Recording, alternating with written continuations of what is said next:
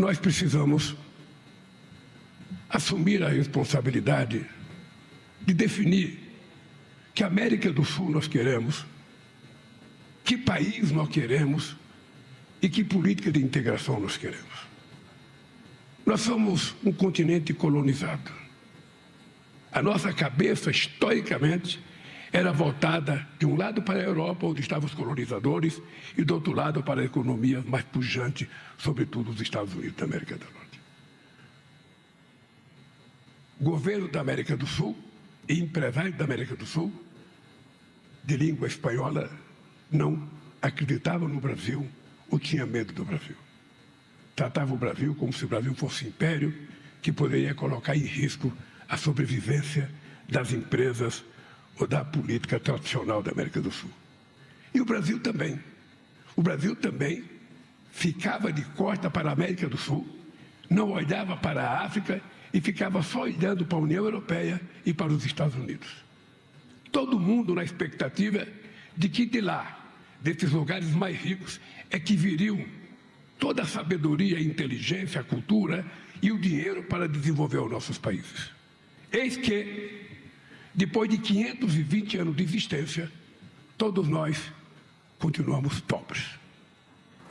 É nesse continente que tem mais desemprego, é nesse continente que, junto com a África, tem mais desnutrição, tem mais fome, tem mais mortalidade infantil e tem menos perspectiva, e por isso os Estados Unidos, que deveria cuidar disso, gerando emprego junto aos seus vizinhos, os Estados Unidos têm uma política de construir um muro para proibir que latinos-americanos, à procura de chances de trabalho, na publicidade tão grande que eles fazem, são considerados bandidos.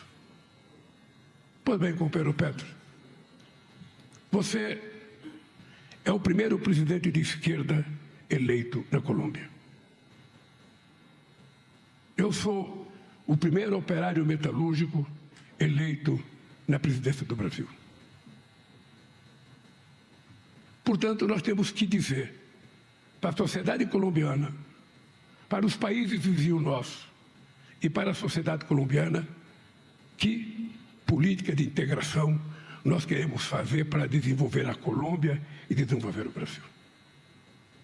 Eu estou convencido, porque já tive a sorte de ter 2 mandatos na presidência da República e tive a sorte de viver o mais profícuo momento de integração da América do Sul de 2002 a 2015. Quando todos nós tínhamos divergências políticas, mas todos nós tínhamos clareza que somente juntos a gente poderia ter nossas indústrias competitivas, a gente poderia ter crescimento econômico, a gente poderia ter política de distribuição de renda, a gente poderia ter mais investimentos nas universidades e a gente poderia gerar mais emprego, que é o que muita gente quer. Isso foi destruído. Eu só queria dar um dado, companheiro Petro. Quando nós chegamos, em 2003, na presidência da República, o fluxo para toda a América do Sul era menos de 15 bilhões de reais. Hoje está 42, mas poderia ser 60. Poderia ser 70. Se nós não tivéssemos tanto medo de nós e acreditássemos tanto nos outros. O que nós poderemos fazer junto? Aqui vai para os empresários brasileiros e vai para os empresários colombianos. A Colômbia não é um país qualquer. É um país de 55 milhões de habitantes. É um país com uma pujança cultural extraordinária. É um país com potencial de reserva amazônica extraordinário. É um país que tem um povo politizado. O que está faltando para que a gente possa enxergar na Colômbia um parceiro mais virtuoso do que nós enxergamos até agora? O que falta para a Colômbia enxergar o Brasil, sabe, nessa fronteira de 1.644 quilômetros de fronteira? O que falta para a Colômbia compreender que o Brasil pode ser um grande parceiro da Colômbia? Não apenas na questão ambiental, na questão da Amazônia, mas na questão do desenvolvimento econômico, na questão da parceria das nossas universidades, na questão de parcerias científicas e tecnológicas, na parceria na construção de políticas sociais. O que falta? Nós, latino-americanos, somos um povo inteligente. Nós não somos mais burros do que nenhum outro ser humano do mundo. Os outros ainda possivelmente sejam menos que nós, porque precisam de inteligência artificial. Nós vamos ficar nossa mesmo. Vamos fazer o que nós precisamos fazer nesse continente. Eu, quando decidi vir à Colômbia, Pedro, eu vim à Colômbia para fazer um desafio para você. Depende de você e depende de mim. A gente precisa construir uma parceria estratégica entre Brasil e Colômbia. Os nossos chanceleres e a nossa burocracia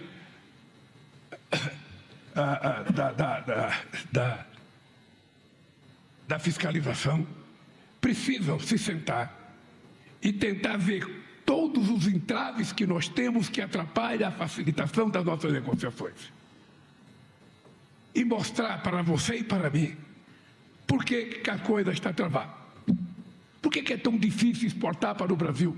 Por que é tão difícil exportar para a Colômbia? Por que é tão difícil? Eu aprendi uma lição de vida extraordinária nos meus mandatos. É que com a América do Sul e com os países da América do Sul individualmente, a gente tem em muitas questões mais fluxo comercial do que a gente tem com França, que tem com Itália, que tem com Inglaterra e que tem com outros países que nós pensamos que são nossos grandes aliados. Aonde é que nós podemos fazer troca de produtos industrializados com mão de obra mais especializada? É entre nós. É descobrir, sabe, o que é que está atrapalhando isso. É o medo político, é o empresário que não quer que exporte café para o Brasil, ou o Brasil que não quer, ou o empresário que não quer que exporte carro para a Colômbia, ou vice-versa. A gente não pode imaginar que a gente vai terminar o nosso mandato do tamanho que a gente pegou os países que nós chegamos. Não pode imaginar. Eu estou convencido que quanto mais forte nós tivermos, mais nós seremos respeitados pelos Estados Unidos, mas nós seremos respeitados pela União Europeia, mas nós seremos respeitados pela China, pela Rússia ou pela Índia. Não é a subserviência que faz a gente crescer. O que faz a gente crescer é, como diria o Celso Amorim, é uma posição ativa e altiva para que a gente se faça respeitar no mundo político e no mundo do negócio.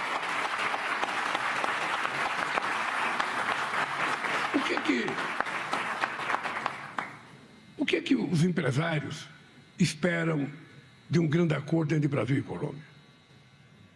Primeiro, nós temos que garantir uma coisa que é sagrada na tua vida pessoal, na minha vida pessoal e na nossa vida coletiva. Eu quero estabilidade jurídica de que as coisas que eu fizer vão acontecer e eu não vou ter problema. Segundo, as pessoas querem estabilidade fiscal. As pessoas querem que as coisas aconteçam sem ninguém fazer nenhuma maluquice à meia-noite ou às 2 horas da manhã. As pessoas têm que saber o que vai acontecer. Terceiro, as pessoas querem estabilidade econômica, que é extremamente importante. É como qualquer um de nós aqui que tiver um dinheiro para depositar num banco, sabe? Por mais socialista que a gente seja, a gente vai escolher qual é o banco que paga mais e qual é o banco que dá mais garantia. A gente não põe o dinheiro em qualquer lugar. E a terceira coisa é a estabilidade social. Porque sem isso, a gente também não consegue fazer as outras coisas. O crescimento econômico de um país, o crescimento econômico do empresário, o crescimento econômico de uma cidade tem que estar associado ao crescimento econômico daqueles que trabalham para ele. Eu não preciso dizer. Quem faz do empresário rico não é o empresário próprio, são os trabalhadores que trabalham para ele e os consumidores que compram seus produtos.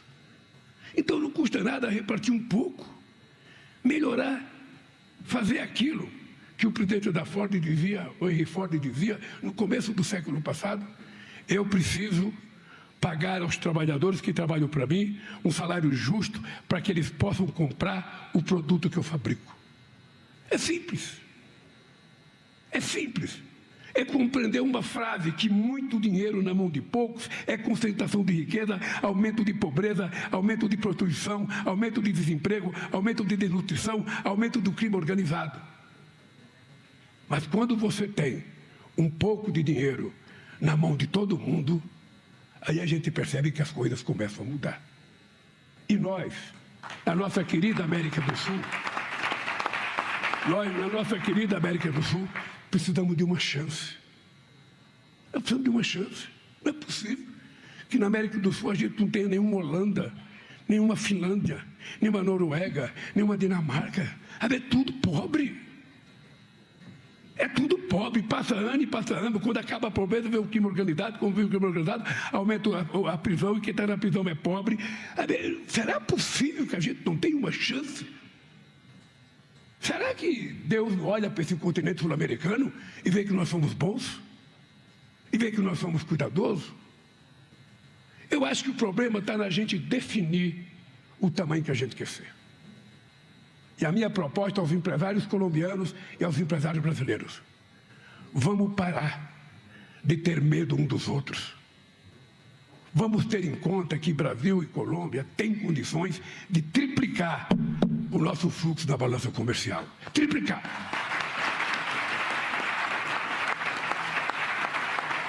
Agora, é preciso que a gente se visite mais. É preciso que a gente conheça todas as potenciais industriais da Colômbia. É preciso que a gente saiba qual é a riqueza da cultura colombiana, da ciência e da tecnologia nas universidades. É preciso que as nossas universidades se juntem para tentar criar uma inteligência artificial sul-americana para a gente não exportar a inteligência dos outros. É preciso que a gente acredite na gente. A gente não pode levantar todo dia dizendo: eu sou pobre, eu sou pequeno, eu não tenho sorte, eu sou da América do Sul, eu não nasci, sabe, na América do Norte. Não, gente. Agora, Petro, nós não somos mais de um país pobre, de um continente pobre. Nós agora fazemos parte do Sul global. O que dá uma dimensão de grandeza para nós.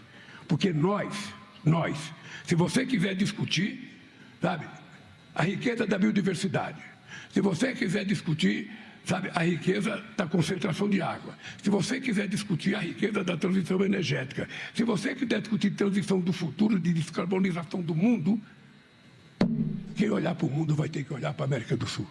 E quem olhar para a América do Sul não pode deixar de ver Colômbia e Brasil. E é por isso que nós precisamos fazer valer aquilo que nós temos. Nós temos uma classe empresarial competitiva, nós temos trabalhadores em muitos lugares bem formados, nós temos universidade de qualidade, nós temos intelectuais bem preparados. O que falta para nós? Companheiros e companheiras, falta decisão política. Falta decisão política. E eu estou aqui para dizer, em nome do Brasil, o Brasil tem responsabilidade. Porque o Brasil também é um país pobre, mas é a maior economia, é a maior população, é a maior produção. Então o Brasil é que tem que tomar a iniciativa para conversar com os nossos vizinhos, não querendo hegemonia. Nós queremos construir parceria, oportunidade para todos, uma política de ganha-ganha, uma política que não é só exportar para cá, é exportar e comprar, porque política boa é aquela via de duas mãos, onde a gente compra e a gente vende, e a gente não tem tanto déficit, sabe, comercial. Você sabe, companheiro Petros, que o Brasil, inclusive, tem responsabilidade de financiar o desenvolvimento dos nossos países da América do Sul, além do seu próprio, que é o financiamento de obras de engenharia. Não é possível. Não é possível a nossa carência de infraestrutura. Não é possível que um país do tamanho do Brasil, que a gente não tenha condições de criar, sabe, um banco nosso, um banco da América do Sul, um banco para final de desenvolvimento. Não é possível a gente ficar correndo atrás do Banco Mundial toda hora. Nós podemos criar uma coisa nossa, que fale que nem a gente, que pense que nem a gente, que conheça os problemas da gente. Eu lembro que uma vez eu fui aos Estados Unidos discutir um problema econômico, eu não era presidente, eu era candidato. E um cara ditava regras sobre a política, a economia da Bolívia. Eu falei: cara, você já foi na Bolívia? Você sabe como é que vive aquele povo? Você sabe as condições desumanas que vive aquele povo mais pobre? Não, o cara não sabia, mas o cara dava palpite sobre a Bolívia. E o cara sabia que a Bolívia era pobre porque tinha corrupção. Será que é verdade? Tem muitos países ricos que, ao invés de ajudar os países pobres, dão dinheiro para uma ONG deles. Porque não dão dinheiro diretamente para o governo por causa da corrupção. Foi assim no Haiti. É por isso que há 15 anos atrás, o único país que deu dinheiro vivo para o Haiti foi o Brasil, que deu 40 milhões de dólares. Ninguém deu. Ninguém. Então nós precisamos mudar. Quando uma pessoa chega à minha idade, Petros, eu não tenho mais o meu longo prazo, apesar de eu querer viver 120 anos, o meu longo prazo é um longo prazo curto. Por isso eu não tenho tempo de ficar teorizando as coisas. Eu sou um cidadão muito prático, porque as coisas acontecem do jeito que a gente quer. A máquina administrativa de um país, a máquina administrativa de uma cidade, ela não acompanha o desejo político do presidente. Não acompanha.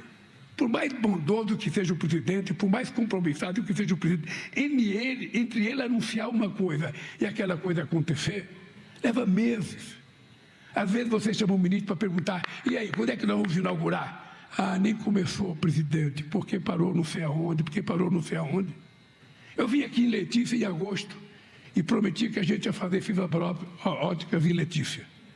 Eu pensei que estava pronto, mas não está, vai ficar pronto só em maio. Então, Petro, nós não temos muito tempo. A minha proposta para você e para os nossos ministros é que a gente vai ter que trabalhar um pouco mais. A gente vai ter que conversar um pouco mais. A gente vai ter que colocar nossas universidades para conversar. A gente vai colocar o Instituto Fiocruz lá no Brasil e o Ministério da Saúde para conversar mais com a Colômbia e com os institutos de pesquisa na Colômbia. A gente vai ter que discutir por que a Colômbia, que é um país com potencial extraordinário, um presidente como você, sabe, que quer descarbonizar a economia colombiana, por que não está mudando o combustível que usa? O Brasil tem etanol desde 1974. Portanto, o Brasil tem carro que anda só etanol, meio a meio, 30%, 40%. Ou seja, a Colômbia pode dar esse salto de qualidade. E o Brasil está disposto a participar com vocês. O Brasil está disposto a compartilhar com vocês. O Brasil está disposto a fazer parceria com vocês. Os nossos bancos estão dispostos a fazer parceria com vocês. E, sobretudo, vocês, empresários. Não precisa ninguém querer comprar o outro. Não precisa comprar, se associe. Se associe. Sejam parceiros. Para investir aqui, para investir no Brasil, para investir em outro país. Porque não é possível. Eu não sei quando a Colômbia vai ter chance de eleger um presidente compromissado com o povo pobre e com o povo trabalhador como você. E respeitoso com a classe empresarial. Porque os empresários têm que acreditar que ninguém é contra empresário. O que nós queremos apenas é que a coisa seja um pouco repartida. Quem trabalha tem valor. Agora nós temos que ter a chance. O que é o estado de bem-estar social da Europa? O que é o estado? O que dá tranquilidade à Europa? Dava tranquilidade, porque agora não dá mais. Já teve 2 guerras mundiais. Então nós precisamos dar tranquilidade ao nosso povo. Nós temos na questão da transição energética uma oportunidade extraordinária. Nós temos na questão da exploração de minerais críticos uma oportunidade extraordinária, não para exportar, mas para trazer os empresários para vir produzir aqui no seu país, no nosso país. Por isso, companheiro Petros, eu quero lhe dizer que estou totalmente aberto. Já falei para o seu chanceler e para o meu chanceler que ele precisa conversar, tirar todos os obstáculos, fazer reunião com o empresário no Brasil, fazer reunião com o empresário na Colômbia, destravar toda a burocracia que trabalha para investimento, para importação, para exportação, para ver se um dia a gente se transforma numa nação rica, numa nação poderosa, numa nação que não fique precisando de favor da nação mais rica. É só isso, Petros, é só isso que eu acho que nós temos que fazer. Eu só quero que você saiba que essa minha vinda à Colômbia é para dizer isso. Nós queremos fazer uma relação estratégica com a Colômbia. E nós queremos discutir com a Colômbia forma de desenvolvimento do Brasil e da Colômbia. Aqui tem, acho que uns 200 empresários brasileiros. Tem mais. Então é importante que vocês contribuam e ajudem com isso. Ajudem, tentem construir parceria. Vamos produzir aquilo que a gente puder produzir aqui. Não é só exportar, vamos produzir aqui também. E vamos comprar um pouco daquilo que a gente produz aqui. Isso é política de desenvolvimento, isso é política industrial. Isso é política de uma nação que quer ficar soberana. Então, companheiros empresários, peço desculpa por ter me alongado, mas eu quero dizer para vocês, eu voltei a ser presidente da República do Brasil com o objetivo de fazer alguma coisa diferente do que eu já tinha feito nos 8 anos de mandato. Fazer mais e fazer melhor e recuperar a integração da América do Sul. Porque a gente nunca teve tão separado como a gente está. E tem muita gente que voltou a acreditar, não, eu só vou crescer se eu estiver bem com os Estados Unidos. Eu lembro no meu país, do tempo que o Cavalo era ministro da Fazenda da Argentina e o Malan era ministro da Fazenda do Brasil. Eu lembro que ficava apostando quem é que era mais amigo do Clinton, quem era mais amigo dos Estados Unidos. Eu vou dolarizar a economia que vai resolver o problema. Você acha que se dolarizar a economia resolvesse o problema, nós teríamos problema? O problema é nosso, o problema não é da moeda, é nosso. Então, queridos companheiros, eu peço a vocês, empresários, empresárias, aos deputados e deputadas, senadores e senadoras, ministros e ministras, convidados e convidadas, falta só a gente acreditar em nós, para que nós sejamos, amanhã, melhores do que nós somos hoje. Boa sorte e muito obrigado a vocês.